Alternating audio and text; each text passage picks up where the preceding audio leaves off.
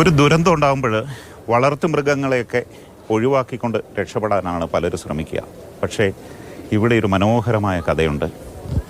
ഇവിടെ സ്വന്തം വളർത്തുമൃഗമായ പൊന്നോമനയായ റോസിയുമായിട്ട് രക്ഷപ്പെട്ടിരിക്കുകയാണ് സുചിത്രയും അവരുടെ മോനും. എന്താ സംഭവിച്ചതെന്ന്? ഒന്ന് 12 മണിക്ക് ഒരു പൊട്ടലായിരുന്നു, ബസ് പൊട്ടൽ തുടക്കം. അത് കേട്ട് ഞങ്ങൾ ഉണർന്ന് എല്ലാവരും ഒന്നിച്ച് ഒറ്റക്കെട്ടായിട്ട് നിന്നു. പക്ഷെ അടുത്ത വരവ് ഞങ്ങൾ പ്രതീക്ഷിച്ചില്ല, എമ്മാരി വരവാ വന്നതെന്ന്. അതിൽ ഇതിനെയും പിടിച്ചു മക്കളെയും പിടിച്ചിട്ട് ഓടിക്കോളി മക്കളെ പറഞ്ഞു എടുത്തിട്ട് ഞങ്ങൾ ഓടുകയാണ് ചെയ്തത്. പക്ഷെ അതിൽ ഞങ്ങൾ ഏട്ടനും ഞങ്ങൾ കൂടെ പുറപ്പെടും ഞങ്ങൾക്ക് നഷ്ടമാകുമെന്ന് ഞങ്ങൾ വിചാരിച്ചില്ല ഒരിക്കലും. ഞങ്ങൾ നേരം വെളുത്തപ്പോൾ കണ്ടപ്പോൾ ഞങ്ങൾ നാടേ അല്ലാതെ ഒരുപാട് പേര് നഷ്ടമായി പോയി. ഞങ്ങൾ ഇനി എങ്ങനെ ജീവിക്കും അവിടെ ഞങ്ങൾക്ക് ഒരു പിടുത്തമില്ല. ഇതിനെ മാത്രം ഞങ്ങൾ കൈ പിടിച്ചു സേഫായിട്ട്. ഇതിനെ വിട്ട് വരാൻ തോന്നില്ല. കോഴികളും പ്രാവുകളിനൊക്കെ ഞങ്ങൾക്ക് എടുക്കാൻ പറ്റിയില്ല, അവരെ ഉപേക്ഷിക്കേണ്ടി വന്നു. ഇതിനെ മാത്രമേ ഞങ്ങൾക്ക് സംരക്ഷിക്കാൻ പറ്റുള്ളൂ. ഏട്ടനും ചേച്ചിയും പോയി, വീടും നഷ്ടമായി. പറയാൻ കഴിയുന്നില്ല ഞങ്ങൾക്ക്. ഒന്ന് കരയണോ എന്താ ചെയ്യണ്ടെന്നോ ഒരു ഇതും കിട്ടണില്ല. അങ്ങനത്തെ ഒരു അവസ്ഥയാണ് ഞങ്ങളുടെ.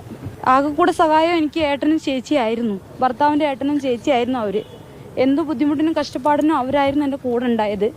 എനിക്ക് അവരെ നഷ്ടപ്പെട്ടതിൽ ഒരുപാട് വേദനയുണ്ട്. ഞാൻ അവസാനമായിട്ട് ഭക്ഷണം ഉണ്ടാക്കി കൊടുത്തു ഞായറാഴ്ച പോയിട്ട്. എനിക്കവരെ കാണാൻ കഴിയാത്തതിന് ഒരുപാട് സങ്കടമുണ്ട്.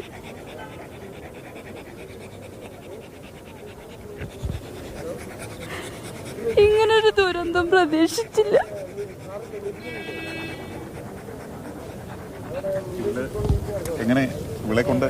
കുഴപ്പമൊന്നും ഇങ്ങനെ തന്നെ മുറുക്കി പിടിച്ചു, കെട്ടി വയറ്റത്ത് കെട്ടിയിട്ട് കൊണ്ടുപോകും. 9 മാസമായി. കുഴപ്പമൊന്നുമില്ല. അവളെ കഴുത്തിൽ കുറച്ച് മുറിയായിട്ടുണ്ട്, അതിനെ കൊണ്ടുപോയി കാണിക്കണം. അത് പറഞ്ഞാൽ ഞങ്ങൾ ഇറുക്കി പിടിച്ചപ്പോൾ അങ്ങോട്ടും ഇങ്ങോട്ടും വരഞ്ഞിട്ട് മുറിവായതാണ്.